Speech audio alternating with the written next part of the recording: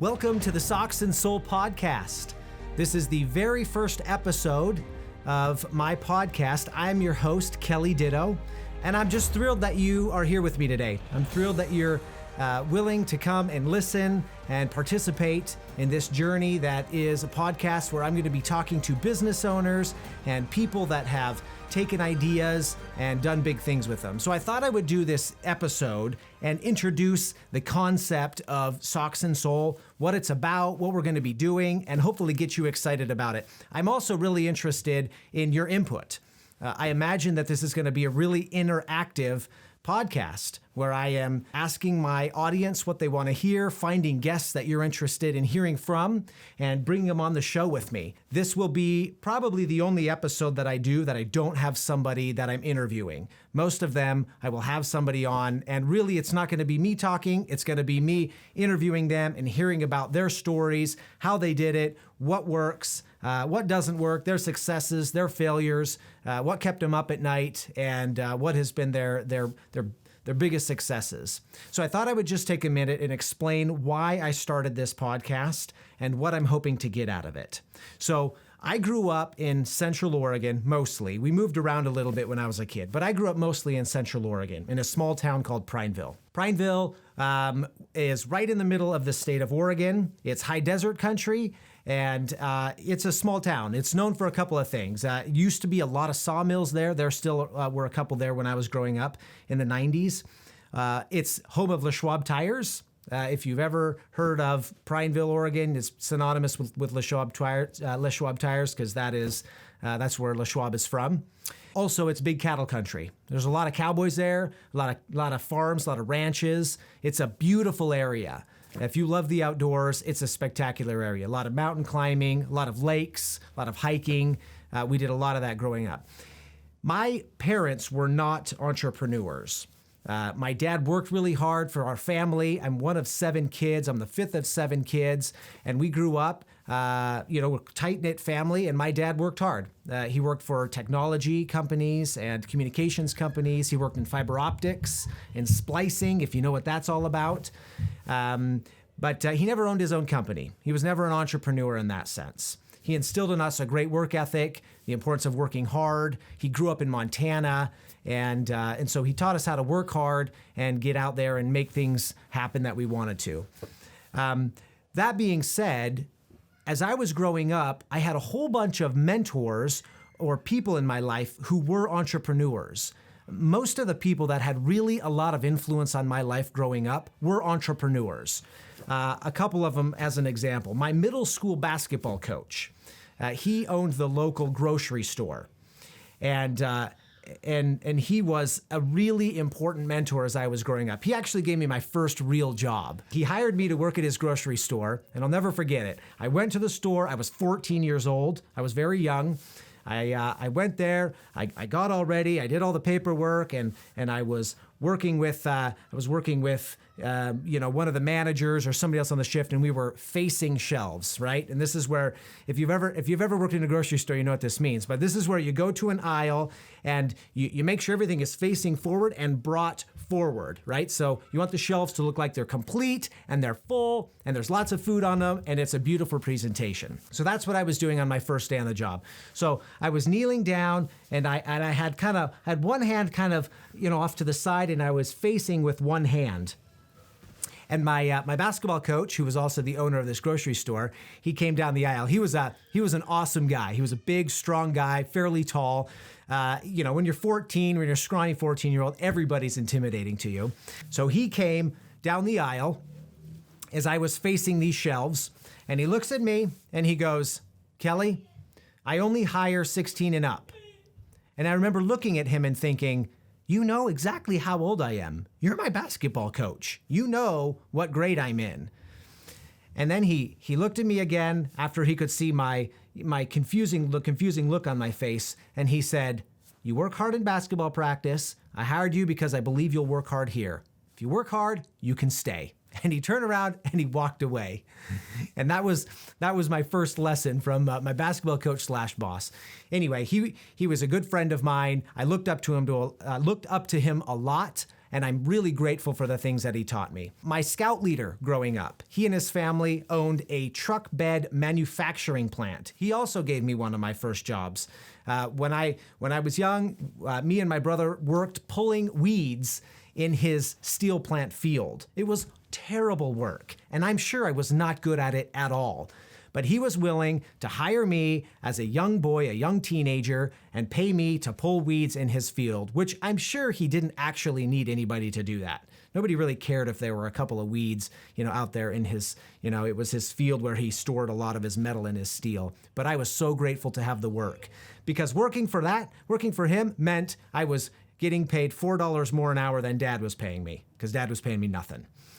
I had other ones that were home builders, but I had all of these young mentors growing up who owned businesses, and these men had great impacts on my life. And so I grew up with this belief that business owners and entrepreneurs were the most important people in small communities, because they were the ones that provided, these opportunities for young people.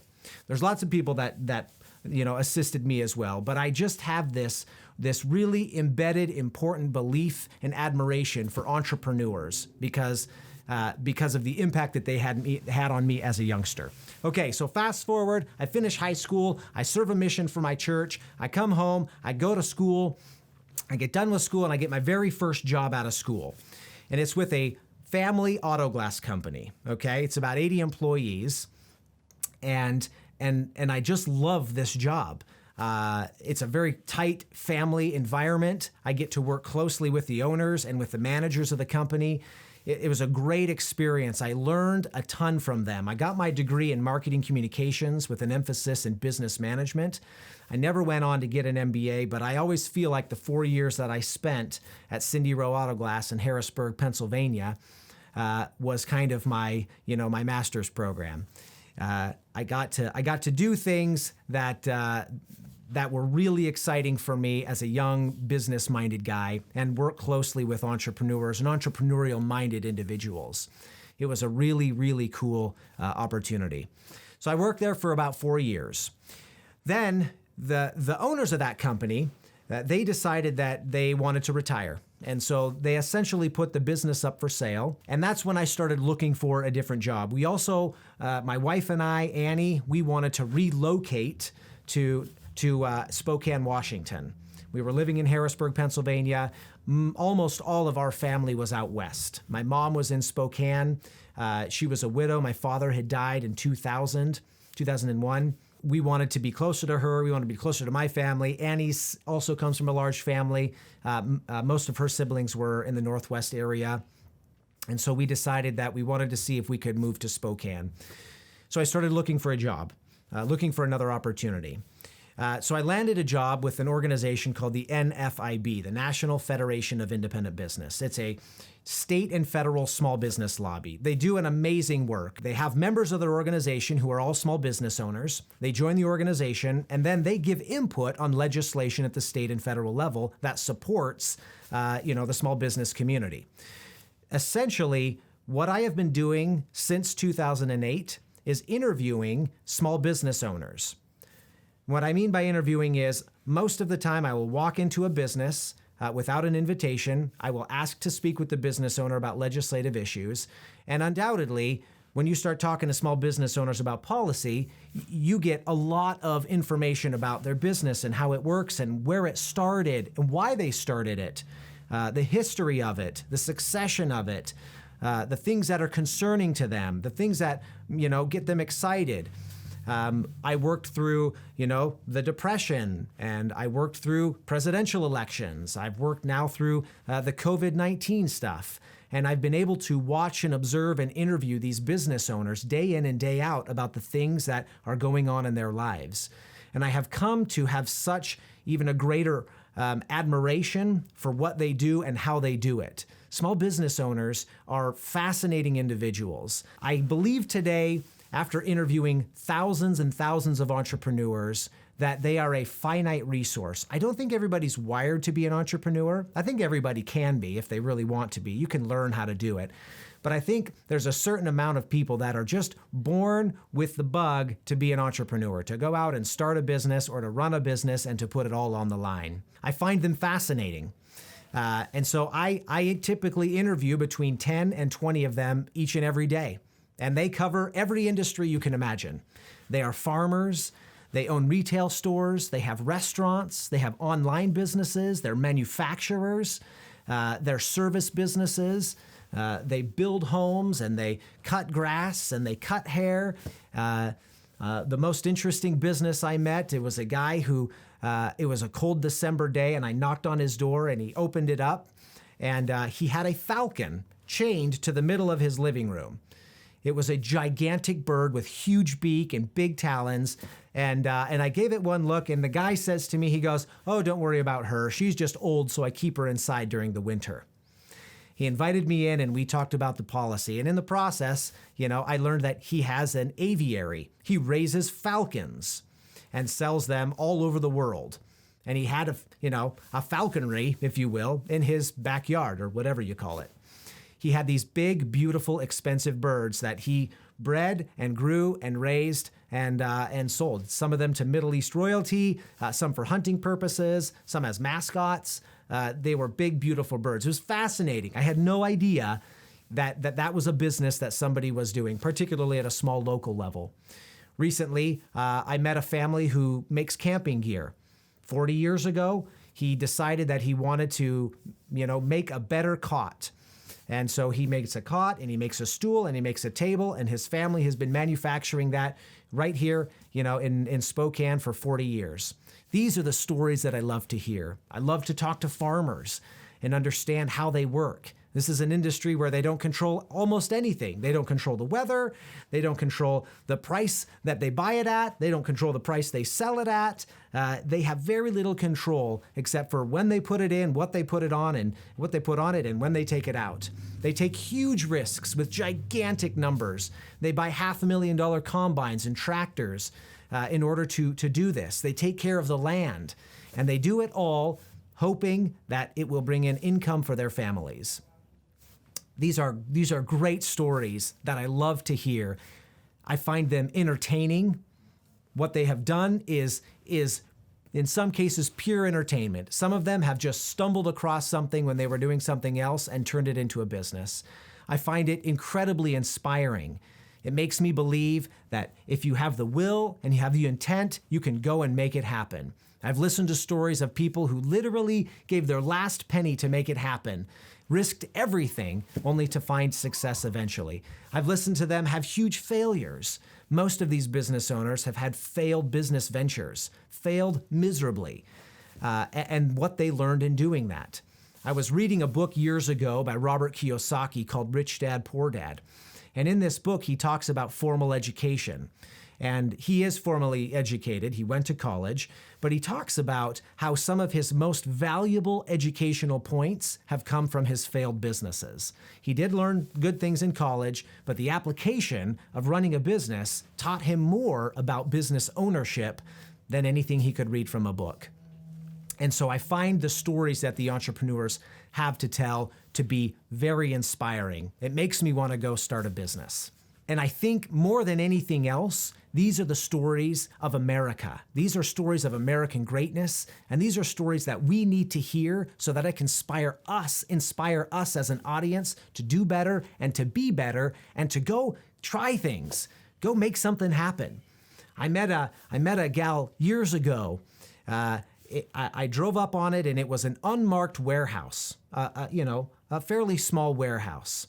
It had no business markings on it. It had no signs. I just walked in the door, and there were people at stations working on something. I couldn't tell immediately what that was. The business owner greeted me. I told her I was doing legislative work and wanted to get some input from her. And so she walked me back to her office, and I showed her what we were doing. And then I asked her, I said, tell me about what you're doing. She said, well, I started making jewelry and selling it on Etsy. And it just kept growing. And pretty soon it was taking over our whole garage and our living room and our dining room. And finally, we decided that we needed a location. And so we had this place built, and now I have 8 employees. My husband quit his job, and we sell jewelry on Etsy. They make customized jewelry on Etsy. It's just an amazing story. It's an amazing story. That's how I named the podcast. I've been getting a lot of questions about how and why I named the podcast what I did. I put it out on social media and asked all my friends and family. Some of you listening, I'm sure, participated in this, where I asked you, I'm going to be doing this podcast. I want to talk to business owners and hear their stories. What should I call it? And I got some great responses. The one thing that I wanted to steer away from, and so I didn't put it in the title of the podcast, was that I'm interviewing business owners. So I didn't want to call it Stories from Business Owners. The reason is because this isn't really designed as a business podcast. This isn't a podcast just for business owners or for people who want to start businesses. I think those of you that are out there will take great value in the people that I interview and the stories you hear, to be inspired and to get great ideas and to potentially make some connections. I think all of those things are true, but I think that it's worth all of us hearing these stories because it can help us and entertain us in every facet of our lives.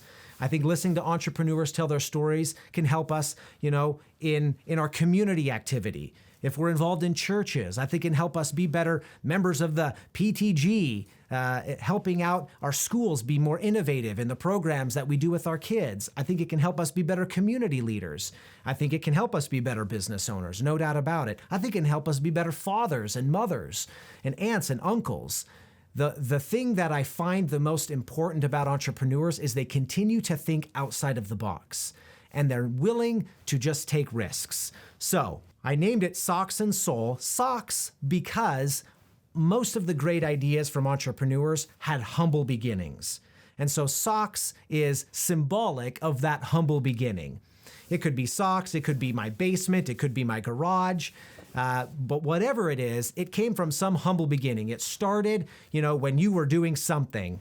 In my mind, it starts when you were, fiddling around on your computer, or you were fixing something in your shop, and you started this thing on a card table in your kitchen. And that's where the socks come in. It represents humble beginnings. It represents the beginning of ideas, where they come from, and how they morph into great things. Because every great thing had to come from a small and simple idea. That's where they come from. And it's our responsibility as humans, as individuals, as family members, as community members, as church members, as entrepreneurs in the business realm. It's our responsibility to take those ideas and do something exciting with them. So that's what the socks represents. Also, I love socks. I love cool socks. I love unique socks. And I'm going to try and do as many of my interviews in socks as possible and show them on camera because I think socks are amazing. A number of years ago, my wife makes fun of me like crazy for my sock deal, but I realized a couple years ago that one of my absolute favorite things is to put on new pairs of socks. They are so comfortable, and they wrap around your feet, and they make you feel like $1 million. And it's one thing that I can do and indulge in that doesn't cost a lot of money, but still makes me feel great. I love them with crazy designs. I love them when they're soft, and I get rid of socks very quickly when they start to break down. And so I'm kind of a sock nerd. And so that's the other reason that I included socks in the title. The soul part is pretty self-explanatory. Successful businesses require your whole soul. You can't go in halfway. You have to dive in with both feet. You have to go in and make it happen. You have to take risks. You have to put your heart on your sleeve to make it happen. And these entrepreneurs that I interview, they have done that. They have poured everything into it. One of my first podcasts that I do, we talked to a business owner who waited years for the right moment to start his business. He had it formulated, he had it planned, he was waiting for the right opportunity to do it. He knew what it wanted to look like, but he just had to be patient before he could make it happen. And he did, and now he's running the business of his dreams and having a great time doing it. Pouring your soul into something, I think that's important in anything you do. So there you have it, the Socks and Soul podcast with your host, Kelly Ditto. I'm really excited for this series. I hope we get a lot of participation, especially in these early episodes. I'm really interested in your feedback. what is interesting, what is not interesting, how can I help this be something that you want to listen to, you want to pass on to your friends, so that we can make this as entertaining, as enticing as possible. I just really want to inspire people the way that I've been inspired as I've interviewed business owners over the years. So many times I've come home from work and just thought, man, I wish everybody could hear that story. And so I have a list of these entrepreneurs that I want to talk to. I want to bring them on camera. I want to get them behind a mic, and I want them to tell their stories. I want them to show the world what they have done because I think it's fantastic. I think stories are some of the best teachers. Christ himself worked in parables when he was here on the earth, and I think he did that for a reason. We remember stories, and we remember the stories that they teach us. We remember the lessons that the stories teach us. So thanks for joining me. Thanks for being a part of this journey. I hope you listen to every podcast. I hope you comment and share it, because that's the way I'm going to keep getting great guests and great content on the show. Welcome to the Socks and Soul Podcast. Let's go.